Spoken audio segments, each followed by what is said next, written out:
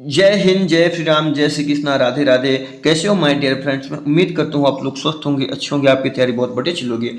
यदि आप हमारे चैनल पर पहली बार विजिट कर रहे हैं तो चैनल को सब्सक्राइब करना बिल्कुल नहीं भूलना, क्योंकि मध्य प्रदेश का एकमात्र यूट्यूब चैनल जो सबसे पहले और ऑथेंटिक अपडेट प्रोवाइड कराता है। जी हाँ, आज का सेशन जबरदस्त होने वाला है, तो सेशन को ज़्यादा से ज़्यादा आपको शेयर करना है, लाइक करना और सब्सक्राइब करना बिल्कुल नहीं भूलना है। देखिए आज हम बात करने वाले हैं। देखिए यहाँ पे आप तो थंबनेल से देख चुके होंगे, नर्सिंग कॉलेज 2022-23 में प्रवेश लेने हैं तो नामांकन शुरू हो चुके हैं। इसके साथ साथ हम एमपीपीएससी के बारे में भी बात करने वाले हैं। बच्चों की बहुत सारी डिमांड थी कि सर एमपीपीएससी की लेटेस्ट अपडेट क्या है, कब से एग्जाम है, हर एक चीज को हम बात करते हैं। तो आइए देखते हैं, मुख्य खबर देखते हैं पहले क्या है। तो यहाँ पे देख सकते हैं आप मुख्य खबर, कॉलेजों में शिकायत निवारण कमेटी की जानकारी मांगी है। जी हाँ, कॉलेजों में बहुत ही ज्यादा क्या स्टूडेंट शिकायत कर रहे हैं, इसके लिए देखते हैं क्या चीजें हैं।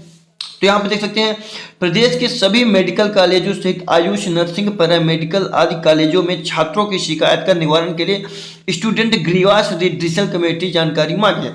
अब देखिए क्या होता है कि कॉलेज बहुत से कॉलेज ऐसे होते हैं जो क्या है पूरी तरह से सही तरीके से संचालित नहीं होते हैं, इसलिए बच्चों की डिमांड पे क्या है कि एक कमेटी का गठन किया गया है और कमेटी की जानकारी मांगी है। अब देख सकते हैं यहाँ पे, दरअसल विश्वविद्यालय अनुदान आयोग ने रेगुलेशन 2023 के अनुसार कॉलेजों में छात्र शिकायत का निवारण समिति होना चाहिए। अब देखिए, कॉलेज में जो भी इशू है उसके छात्रों के निवारण के लिए क्या है, एक कमेटी गठन होनी चाहिए। छात्र कई बार सीधे विश्वविद्यालय में शिकायत करते हैं, इनमें कई ऐसी शिकायतें होती है जिनका समाधान कॉलेज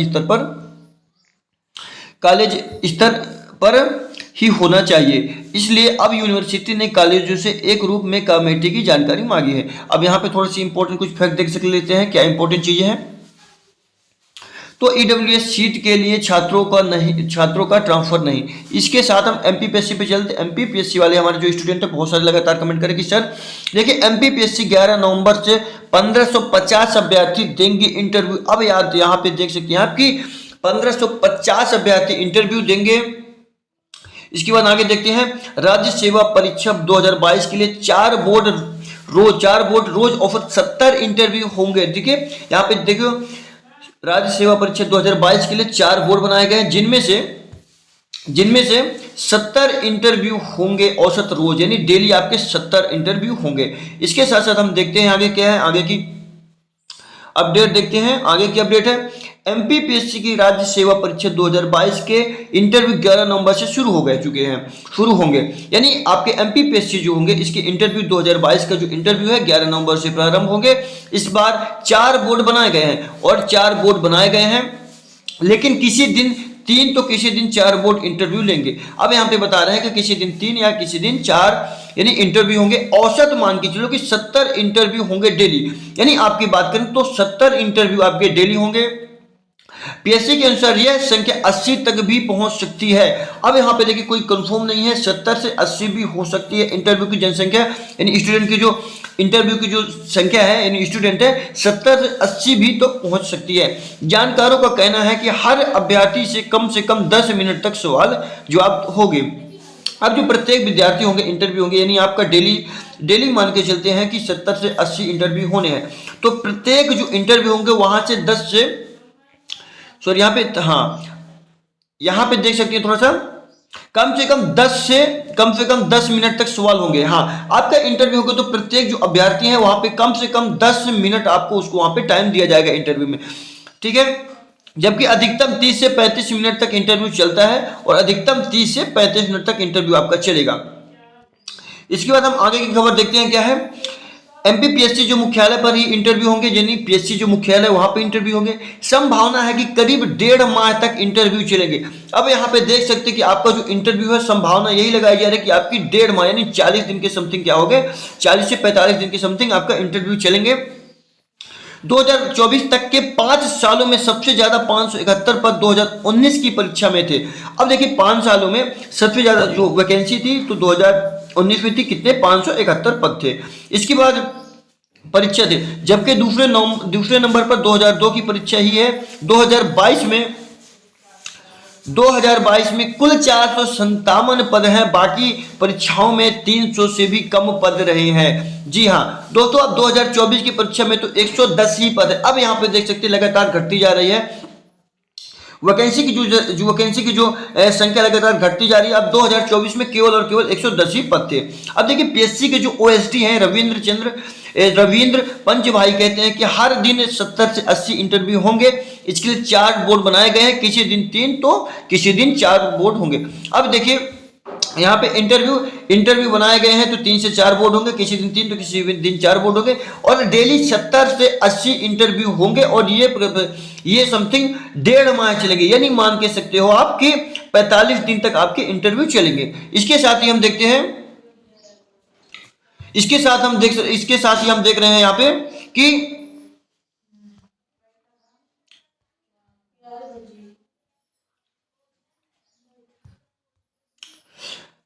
इसके साथ देखिए 457 पदों में 126 जनरल कैटेगरी। देखिए 457 पदों में 126 है जनरल कैटेगरी के हैं। आइए यहाँ पे भी देखते हैं क्या है, पूरी अपडेट क्या है। तो 457 पदों के लिए 1550 से ज्यादा अभ्यर्थी इंटरव्यू देंगे, यानी 457 पद है और 457 पदों के लिए 1550 से ज्यादा अभ्यर्थी इंटरव्यू देंगे। पीएससी ने 2022 का मेंस का रिजल्ट एग्जाम के 5 माह बाद घोषित किया था, क्योंकि 8 से 13 जनवरी के बीच यह एग्जाम हुआ था। रिजल्ट 6 जून को जारी किया गया था। आपका जो रिजल्ट है 6 जून को जारी किया गया था।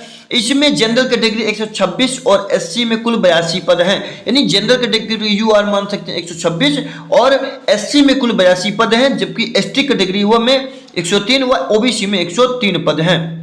यानी हम ये कह सकते हैं कि एसटी और ओबीसी में 103 पद हैं, जनरल में 126 पद हैं और ईडब्ल्यूएस कैटेगरी में 36 पद हैं। मुख्य भाग यानी 87% में शामिल 405 पद शामिल है।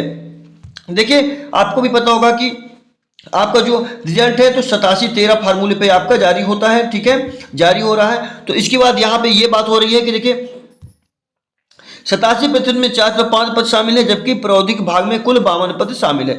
मुख्य भाग के इन पदों के लिए कुल 1286 तक, प्रावधिक पदों के लिए कुल 313 अभ्यर्थियों का चयन इंटरव्यू के लिए किया जाएगा।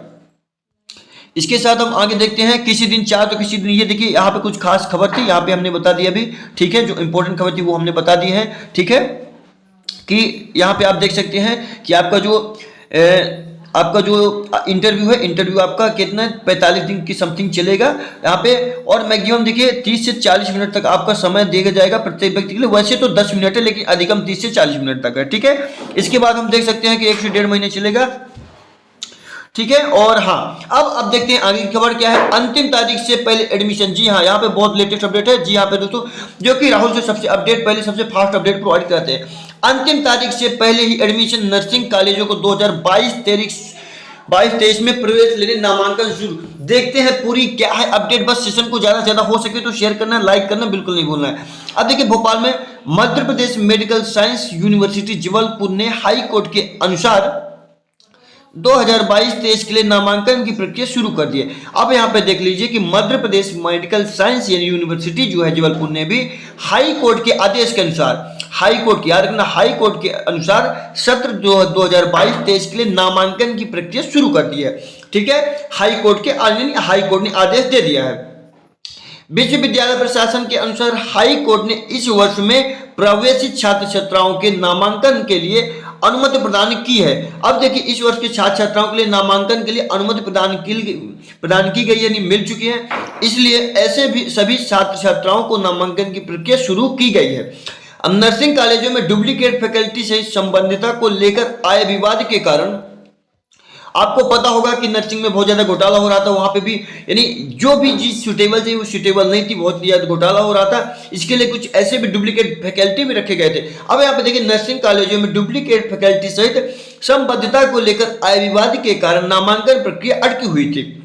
यानी सीधे साफ साफ बोल रहा है कि जो आपकी जो ये प्रक्रिया लेट हो रही थी, किससे नर्सिंग में बहुत ही ज्यादा फर्जीवाड़ा हो रहा था, ठीक है, और बहुत ज्यादा ऐसे फैकल्टी थे जो बहुत ही क्या है संबंधित, ऐसे फैकल्टी थे जो उनको बाहर से, यानी फैकल्टी दूसरी थी लेकिन फैकल्टी उनको दूसरी स्टडी करवा रही थी। और इसके साथ साथ इसमें बहुत ज्यादा इशू था, आप लोग को पता ही होगा, तो डिटेल में नहीं जाते हैं। अब यहाँ पे देखिए इसके लिए ऑनलाइन आवेदन 25 नवंबर तक जमा होंगे। विश्वविद्यालय के अनुसार सभी कॉलेजों के विभिन्न कोर्सेज में प्रवेशित छात्र छात्राओं की अर्हता का विश्वविद्यालय एवं संबंधित अपेक्ष काउंसिल के नियम के अनुरूप पालन कराना कॉलेज की जिम्मेदारी होगी। इसके लिए कॉलेज को एक ₹1000 के स्टाम्प पर शपथ पत्र देना होगा। जी हाँ, ₹1000 का आपका स्टाम्प बनवाना होगा और इसी साथ आपको शपथ पत्र भी देना होगा। इसमें इस बात की घोषणा करनी होगी कि उससे संबंधित छात्रों को नर्सिंग पाठ्यक्रम में काउंसलिंग द्वारा तय किया अंतिम तारीख के पूर्व प्रवेश दिया जाएगा। अब देखिए यहाँ पे ये भी साथ में बोल रहे हैं कि देखिए छात्रों को जो नर्सिंग का जो पाठ्यक्रम काउंसिल द्वारा तय अंतिम तारीख के पूर्व प्रवेश दिया जाएगा। ठीक है, जो भी अंतिम डेट दी हुई है उसके पूर्व यानी प्रवेश आपको देना होगा। वही नामांकन के लिए छात्रों का रजिस्ट्रेशन संस्थान की एकमात्र जिम्मेदारी कॉलेज की है। यहाँ पे सीधी बोल रहा है कि यहाँ पे देख लीजिए, वही नामांकन के लिए छात्रों का रजिस्ट्रेशन संस्थान की एकमात्र जो जिम्मेदारी बनती है वो कॉलेज की है। इसके अलावा छात्र छात्राओं के मूल दस्तावेज या कॉलेज में सुरक्षित गए हैं। अगर एक छात्र अनैतिक तरीके से एक वर्ष में 2 परीक्षाओं में प्रवेश लिया जाता है तो उसके लिए गलत प्रवेश की जिम्मेदारी कॉलेज और छात्र की होगी। इन सब बातों पर शपथ पत्र देना होगा। तो आप लोग समझ गए होंगे कि आपको स्टाम्प वो जो है स्टाम्प बने, स्टाम्प में जितनी भी चीजें हमने बताई हैं तो पूरा स्टाम्प में शपथ पत्र यही लिखना होगा। उधर Madhya Pradesh nurses registration council यानी हम बात करते हैं MPNRC ने वर्ष 2022-23 में प्रवेश छात्र छात्राओं के नामांकन के लिए नोटिस भी जारी कर दी है। तो आप देख सकते हैं ये है लेटेस्ट अपडेट थी। ठीक है, तो आपको अपडेट कैसे लगी? यदि आप हमारे चैनल परिवार विजिट कर रहे हैं तो चैनल को सब्सक्राइब करना बिल्कुल नहीं भूलना है। हो सके तो ज्यादा से ज्यादा आपको शेयर करना है, लाइक करना है।